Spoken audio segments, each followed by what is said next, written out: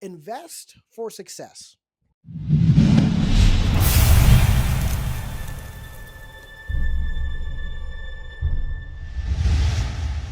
Hey, what's going on YouTube? So, a little bit different because recently I've been really busy studying for my CompTIA exam. I've basically taken my exam on June 9th. I want to be really prepared for that. And I'm going to give you guys some pointers in case that I pass, I fail, whatever. Um, but I'm really, really trying to get into this. Regardless, invest for success. Okay. So this video is in part documenting a part of my investment journey. At least before I started studying for my CompTIA exam, trying to take my life more seriously, and before I got into my internship. Okay. So uh, I want to start off with this. I am not doing this to brag about how much money I have, how much money I don't have. Because at the end of the day, the amount of money that I even have in here in the first place is only here because I scraped whatever money I had over the last 6 to 8 months or so. Because August, anyway, it's been a while. Okay, this is not. It's just me recording choices. It's me recording choices. It's recording my consistency over time. It's recording me starting and continuing on. I say this all the time. Um, I'm just using this as an example for anyone who wants to start investing. All the other stuff. I'm not a financial advisor. Anyway, so who am I? I'm a broke college student who's interning to get my certs um, for my CompTIA exam to get a better career at some point. I had 2 jobs. I had to quit those 2 jobs for my internship, and I'm reapplying for another job. I think I have an interview or something like that on like next Tuesday. I don't know when you're gonna see this video, but right now I'm in my grind phase. I hate working this much, especially in my mind. It's really taxing, but I know, oh, I don't know, but I hope in the end that it's worth it. Okay. I remember when I first started my investment journey, I wasn't really hold on, I'm looking at my notes. Hello? Okay, when I first started, I was never really somebody who frankly uh I was never someone who thought like for the long term. Okay, I started putting my money in crypto, hoping that one day it was gonna blow up. When Doge in 2020-ish, 2021-ish, when Doge hit $1, I put a bunch of money in Shiba Inu. I think I put like maybe 200 to 500 bucks in Shiba Inu, just in case one day it hit $1.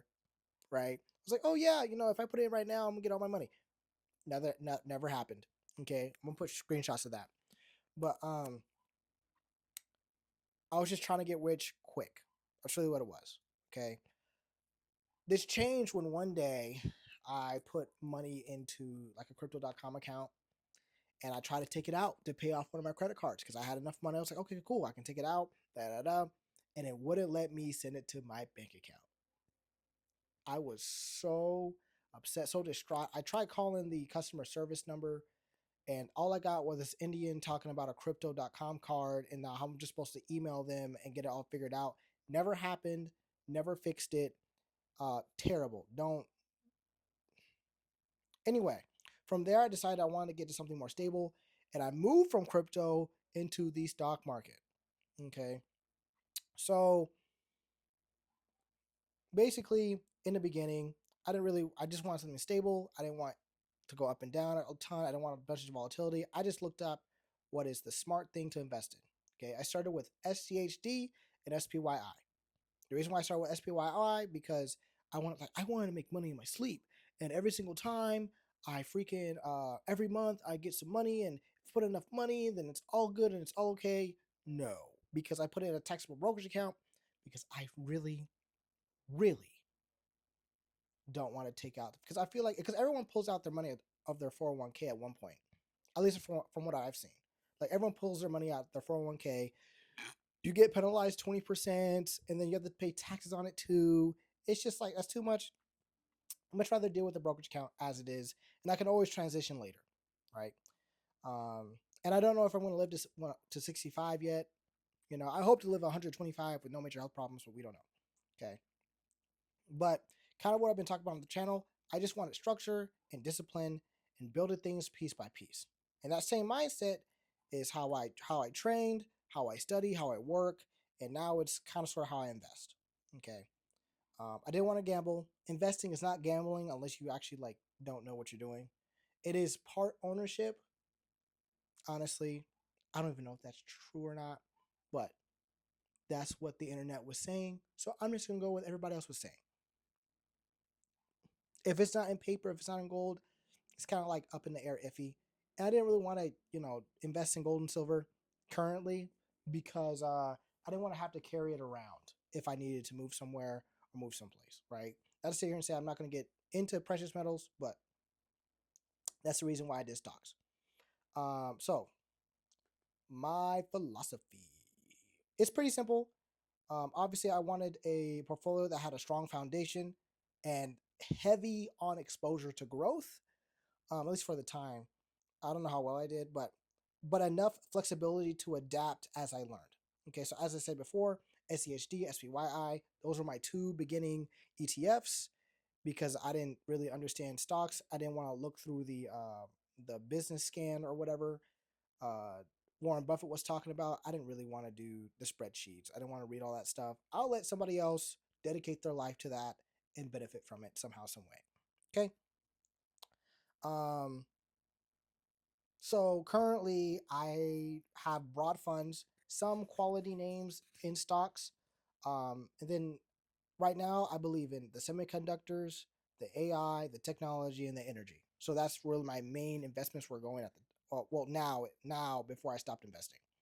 Um, I also have defensive pieces to a degree. I have some uh, income sources from SHD, but not every dollar is trying to chase the maximum upside because I already did that with crypto.com and it didn't work out. And also, I did that with in the beginning with SPYI. That was my mindset, and I was just like, I don't really like that, right?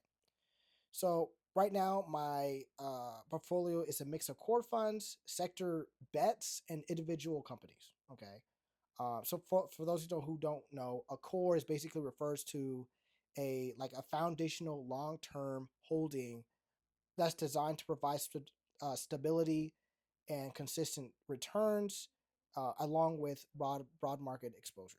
Okay, I'm gonna put my portfolio out up on screen, but right now I have SCHD, FXAIX, which is the S&P 500, FTech, which is just basically Fidelity's version of Vanguard's FTI or the tech stock or whatever.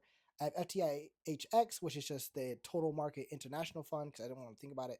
I have SMH, NLR, which is NLR is basically a nuclear energy thing because a lot of these data centers are being built and they're going to need a ton of energy. They already have a bunch of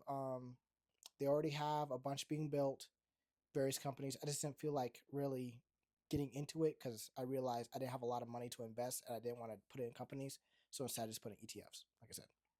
For my individual holdings, I have Amazon, ASML, Google, Johnson and Johnson, and Visa.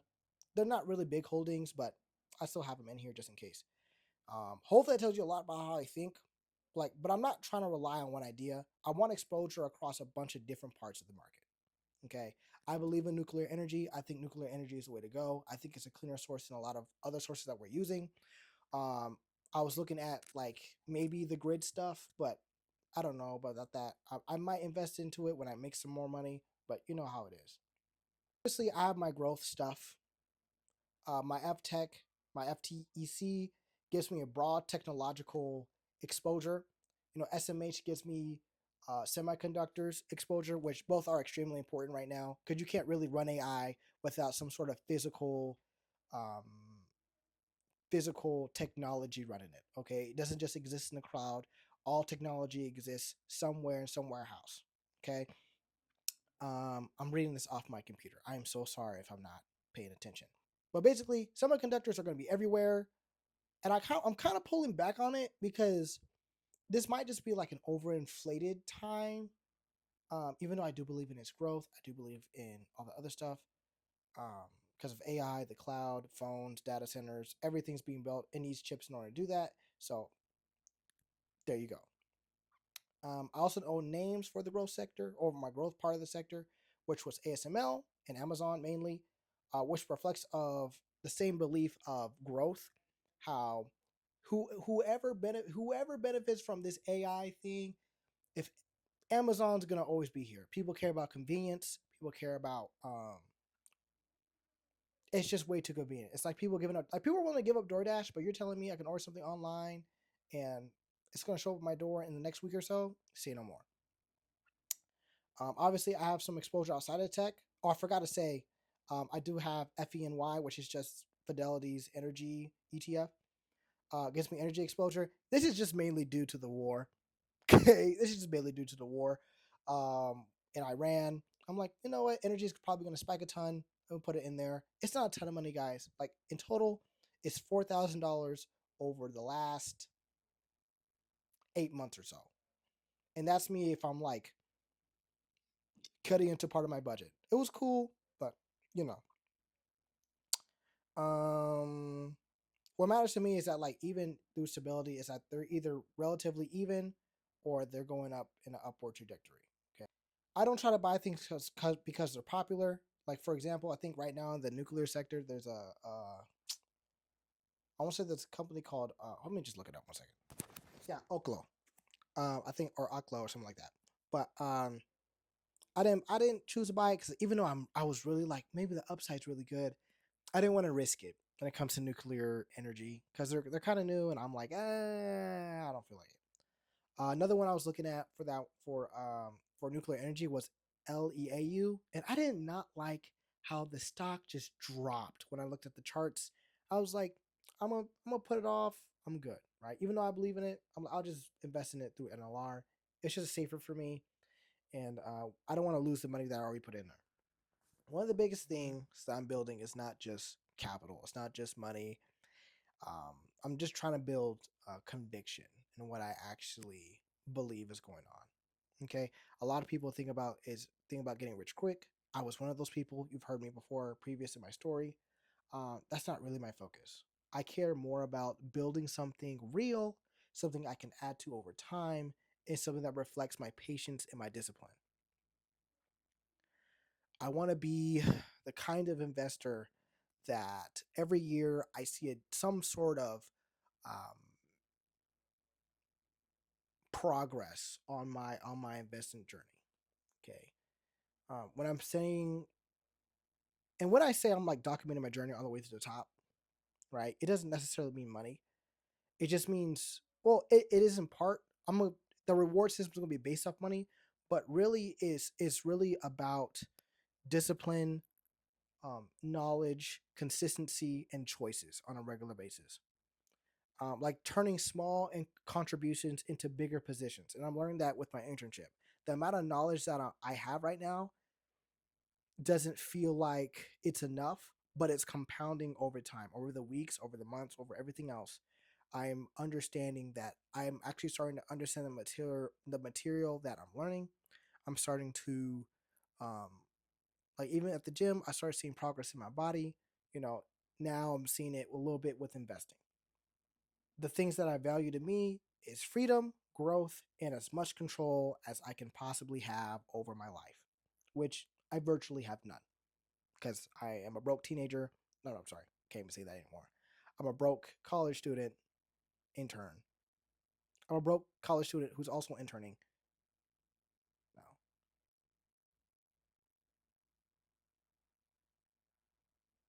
The things that I value the most are freedom, growth, and control over my life, which I don't really have right now. It's because I'm a broke intern living with their parents who is also unemployed. But tune in for when we get the job. Um,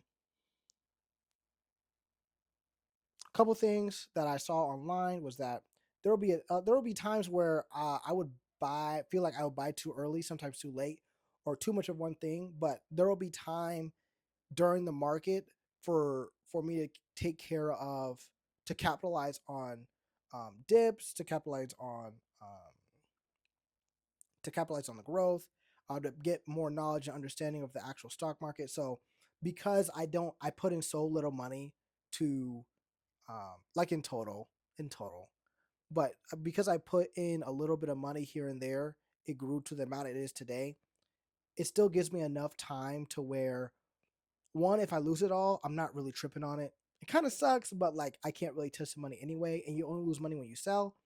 Um, but also it allows me to be patient, to experience the ups and downs of the market, and just be a part of the process. Because my goal is not perfection, it's progress. Um, every month, every purchase, every review of my portfolio, it's just another chance to get sharper. Okay. So, in essence, this is kind of a little bit different, not in the gym, just chilling at the crib. But it's just the beginning of the record. I don't know when I'm gonna make my next portfolio video, but this is just a snapshot of where I am right now. It's a mix of growth, dividends, technology, semiconductors, and long term beliefs. And over time, I want to look back at the videos that I've made and see how far I've come. This is part of my investment journey to the top, and I'm just getting started. All right, friends, see you out. Adios.